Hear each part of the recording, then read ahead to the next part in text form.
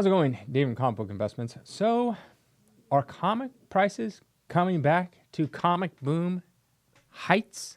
I don't know. Kind of interesting. So the feds have started lowering their rates.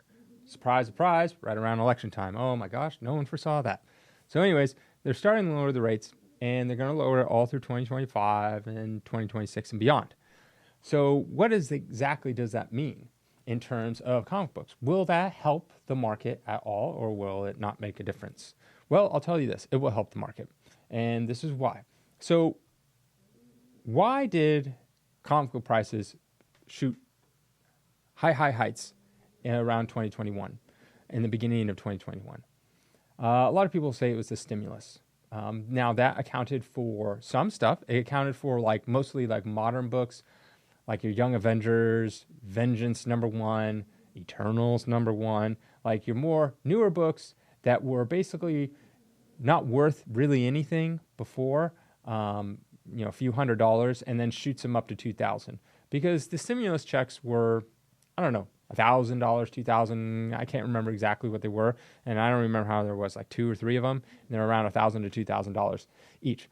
So that stimulus helped the smaller stuff, the lesser value stuff shoot up to new heights. Yes, I will agree to that, but it's not helping an X-Men 1 go from a $50,000 book to a $100,000 book.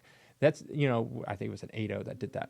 So that's not helping those at all. So the stimulus is not doing that. So why did those books go so high? Well, the reason why is because interest rates, the Fed rate, was at an all-time low.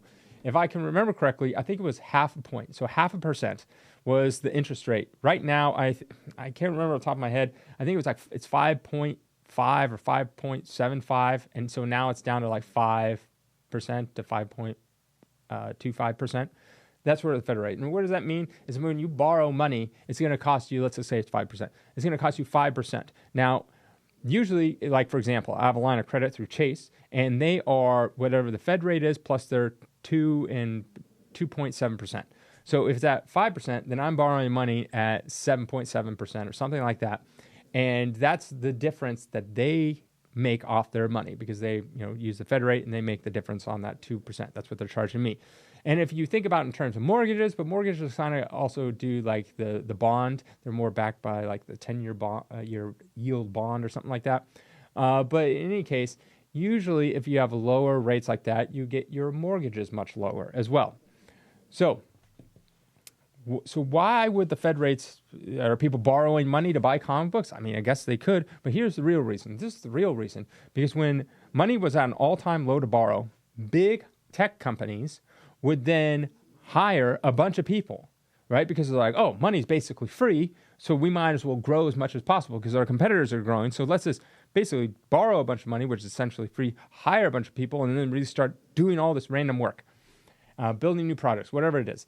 And so they hire all these tech people would make $200,000, $300,000, $400,000 a year. So they had all this money. My older brother is one of those people. So now he has all this money. He has all this money from working for some tech company. And then he's like, well, what am I going to do with money? I might as well buy some comic books. So this is an actual true case. He then went out and bought Fantasy 15, Hulk 181, Giant Size Episode, all the ones we told him to buy. Then what happens is the rates go higher. Now it's not easy to borrow money anymore. So now these tech companies have to lay off people. Not just tech companies, all companies, but mostly tech. So now all these tech companies have to lay everyone off because now money is no longer cheap and free to borrow. So now they have to lay off all these people. So all these people lose the job, and they're like, oh, we got to sell all our stuff so we can actually survive. And then they flood the market, and then that drops the price because supply and demand. When you have a bunch of people with money taking stuff out of the market, there's not that much around, so then that price goes higher for those. It's very simple. And then all of a sudden, when you have all those people selling back into the market, now you have a lot of it, a lot of supply, and then the price goes down. So that's kind of what I remember this person reaching out for me, wanting a Hulk 181, and he was desperate. And I'm like, dude, they're pretty common. And I just did, at the time, I wasn't really paying attention as much. And so I just went on eBay. And then I was like, whoa, there's barely any, 3 or 4 available. It's kind of crazy. I remember that moment. I was like, how is there so little? I had, the copies that, I was holding them back because that's why I wasn't looking. Normally, any other book, I would look all the time to see what's available on the market.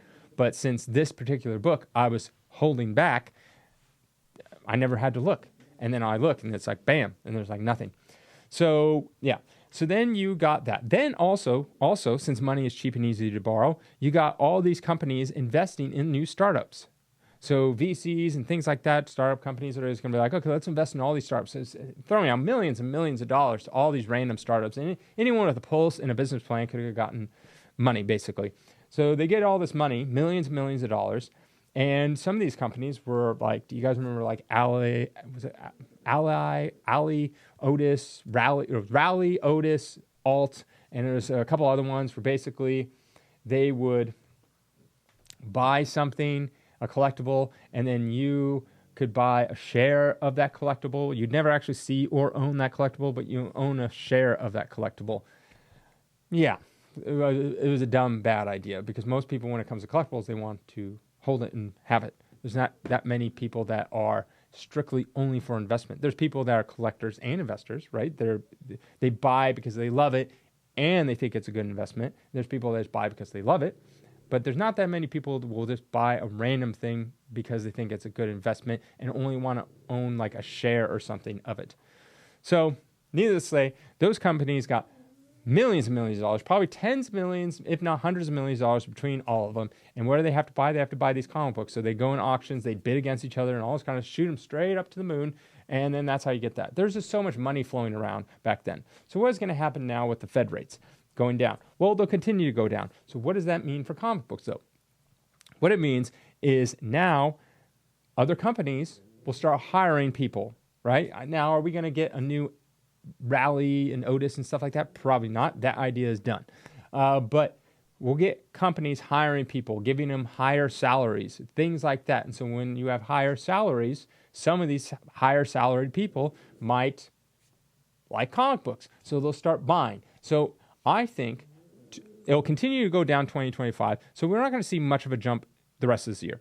But I would say somewhere probably mid-2025, what we're going to see is people feeling more confident about the market. It will stabilize because right now a lot of comic books are still dropping. So what we're going to see is throughout the next 6-9 months, we're going to see some comics starting going up, some still going down, but like more leveling out. And then as rates continue to drop more and more and people get better and better jobs, more higher paying, better jobs, things like that down the line, you're going to see comic books start to come back. They're not ever going to be that 2021 boom. Get that out of your mind. They're not going back to those prices. I'm not even talking about. I'm talking about the steady growth that we would see any other year. Go back to 2018, 2017, 2016, 2019, whatever you want. The steady growth that we saw in most comic books. Yeah, some went down from year to year, but overall they would go up like 2 to 5%, 10%, somewhere in there. That's what we're going to see. So probably, hitting around 2025, we're going to see the beginnings of that. So 2026, if everything goes good, we don't blow each other up, or aliens don't come down, even though I prefer that. Or, maybe someone knocks the plug out of the simulation and then we all go dark, which is kind of weird. I'm not going to get into simulation theory. But anyways, nonetheless, that's what I think is going to happen with this Fed rate. Have a great day.